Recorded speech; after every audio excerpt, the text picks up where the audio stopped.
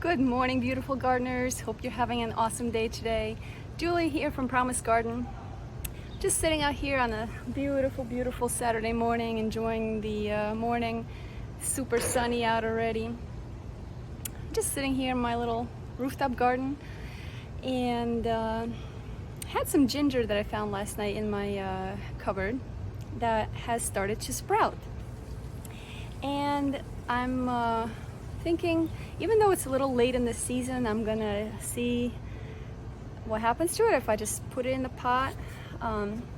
So ginger is amazing for so many different things, for inflammatory illnesses, things like that. You can have it as a tea, you can put it in soups.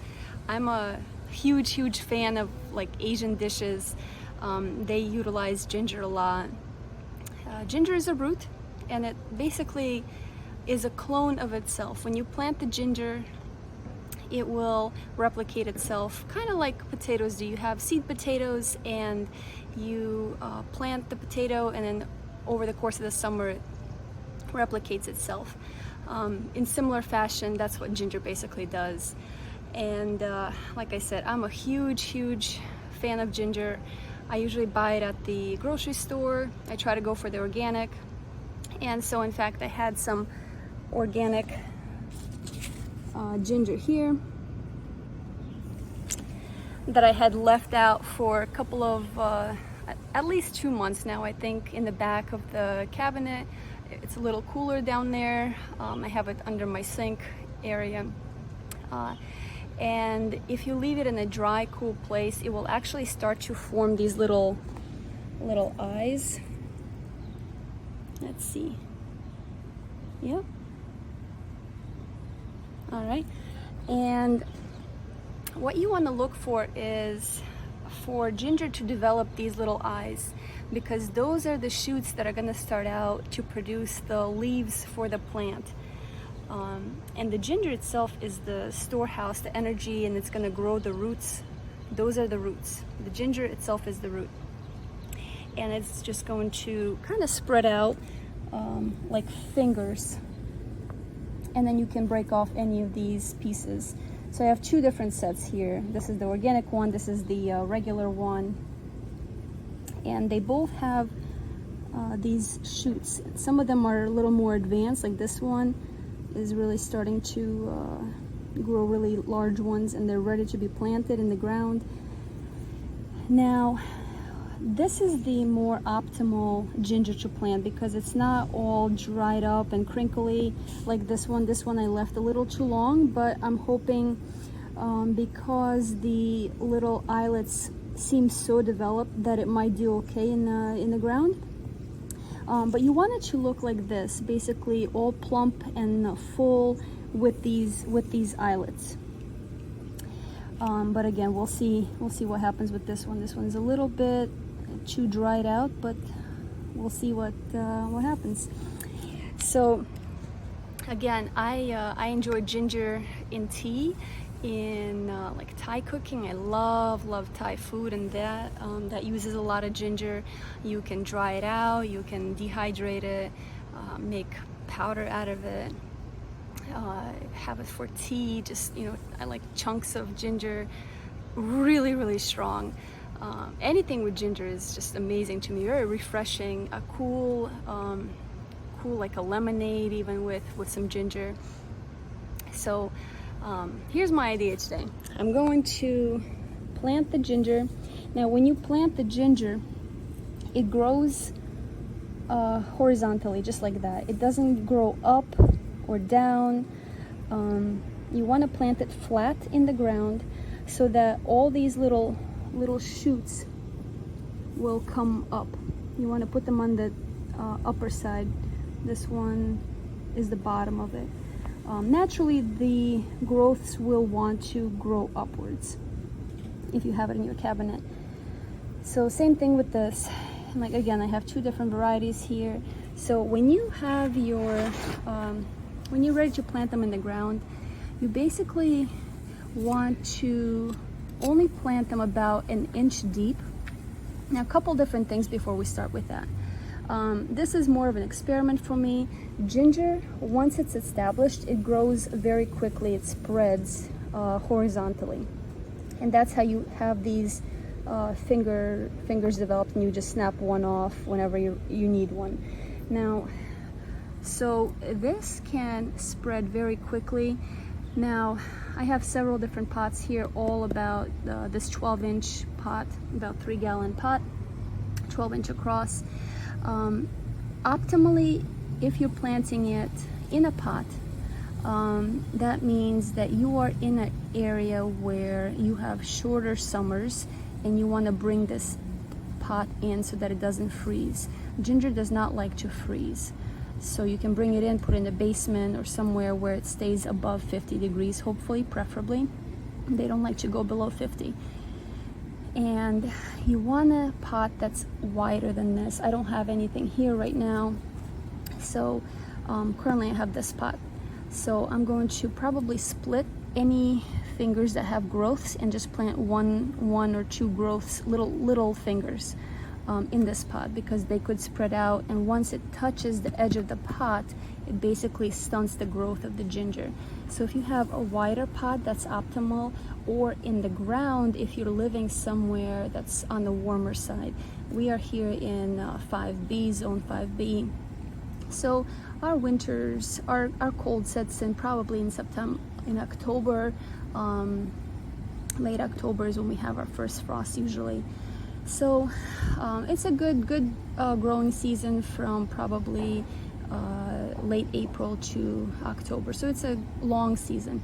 Anyway, so now that's with the pot. You want the wider pot, or in the ground if you're in a warmer region.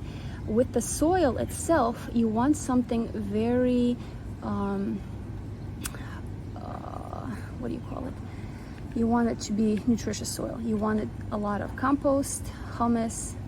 You want it to be well draining. So I have, this is actually straight from the compost. I have mulch in here, a little bit of sand. You want perlite in there. I don't have any perlite, but this is extremely light. You don't want anything that's packed down. You want to put a little compost. In fact, compost is probably the best. And if you put a little bit of mulch in there, it will drain very quickly. So that's the idea. Now, like I said, I'm going to actually break off some of these as long as they have growths. So this one has a couple growths. It has one here and one over there and another one developing here, and it's okay. Actually, I should have let this kind of dry up. Once you break it up, let this dry up and close up, kind of cure, similar to this, like this. That way infection doesn't happen. You want it to kind of close off and cure a little bit like that. And all right, so let's see if we have another one here. This one has a growth. This has two growths. So we're gonna break this off as well. And actually, I'm gonna do this video, but I'm not actually gonna plant it. I'm gonna let this cure so that disease and infections aren't introduced through the open wounds, if you would. But anyways, yeah, this one has a growth here, possibly one over here. So when you plant the ginger, you basically, again, so the soil is now good. It's very good, in fact. Very well draining. You don't want to plant it too deep. You want it to be about an inch deep. Fertilize it as you may. And then you want to put the ginger flat with about an inch and a half of soil over the ginger. So I would put those two, and make sure the eyes are facing up if you can, but flat. You don't want to plant it down or up. Just put it flat on both sides. All right, and then just cover it up. And it likes to be watered. It likes to be moist. Ginger is a tropical plant, so they do well in semi-shade, but at least a good 6 hours of sunlight. Dappled sunlight is best. They grow really well, like under trees, under tomatoes, in between tomatoes, so that they get occasional dappled shade. All right, and then after several months, you should see long leaves start to form out of the nodes out of these growth nodes. And then I'll keep you guys updated on how that progresses over the course of the summer. Hey guys, so as I was editing that video to get ready to post it, I realized it is now 2 months down the road and I have some awesome ginger growing on my roof, and I wanted to show you guys the progress. So if you remember, I had 2 pots planted. This is the traditional ginger, and the stalks are about a foot tall. They're nice and green. I'm growing it on my roof. I did have a gazebo here, so they were in partial shade part of the time. We have had rain like every 3 days, all of July, all of August, and now practically half of September. And yeah, so I planted it July 15th. It is now all September 20th. Now this was, like I said, the traditional one. It has 3 really sturdy stalks, really green, no mealy bugs, no mildew, nothing growing in the soil. Granted, because it's in the sun, I don't have any kind of funguses growing in here, and the rain has been washing everything away really well. Now this is the organic ginger that I had. It is a little shorter, but if you remember, the growth nodes, what do you call it, the little pieces of ginger had a lot more growth nodes, so that's why we have a little bit more foliage on here. Same thing, very healthy, very sturdy stems. You are not pulling these babies out of there yet. Now when they are ready to be pulled out, first of all, it takes about 8 to 10 months for ginger to mature and develop. It's gonna have some flowers and they smell really wonderful and aromatic. However, seeing as I'm in New York and I planted it in July, I don't think that's happening. So ginger grows really well in greenhouses or even indoors, which is probably what's going to happen with me. I'm going to try to bring them indoors. Now the shock of bringing it inside is probably going to do a number on these, just the change of weather, the change of air quality, and the change in the sunlight amount. My apartment is very bright, however, the bright sunlight only happens during the earlier morning hours. So now, as far as the soil, I have not added or amended anything. Like I said, I planted it in compost and I put some of these wood chips in here. I am growing it on the roof, so it does get really hot up here. These pots potentially could dry out very quickly, but because we've had all that rain every 3 days, there is a chance for it to dry out in between the rains. But once you dig underneath a little bit, there is still good amount of moisture, you know, by the 3rd day, right before it starts to rain again. Anyways, so I'm like really half tempted to dig these up and show you guys what it looks like. So maybe if I pull up like the biggest stalk here on the organic, you know what, I don't think any of them are coming up. Okay, I don't want to risk it. Anyways, so this was just store-bought ginger, and just to see the amazing change and the potential of what could happen if you guys just plant it, put it in a pot, put it in the garden, put it in a dappled light area and keep it moist. Make sure it gets good air circulation. If you have a greenhouse, if you live somewhere further south, that is fantastic. Anyways, so just wanted to catch you guys up on the progress. And like I said, when typically when they're ready, the leaves turn brown, and that way you know that it is ready to be picked. So super excited. Oh my gosh, this is so amazing. The ginger could grow like as far, you know, big as 3 feet tall. Has beautiful flowers that are really aromatic, and I don't think we're gonna get to that stage. Again, this is all a learning experiment. I'm gonna see how long it stays in my house, in my kitchen, on the counter over winter. But I'm gonna try to keep it out here on the roof as long as I can. Our nights are getting down to like mid 40s. The days this week are still in the 70s.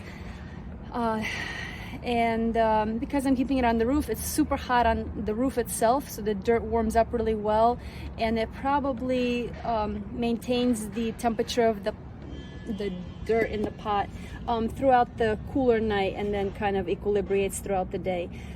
So I'm going to try to keep it out here as long as I can, and just super excited to see what happens. Even if it grows like an inch or two, I get such an enjoyment out of watching it grow and learning and sharing this with you guys.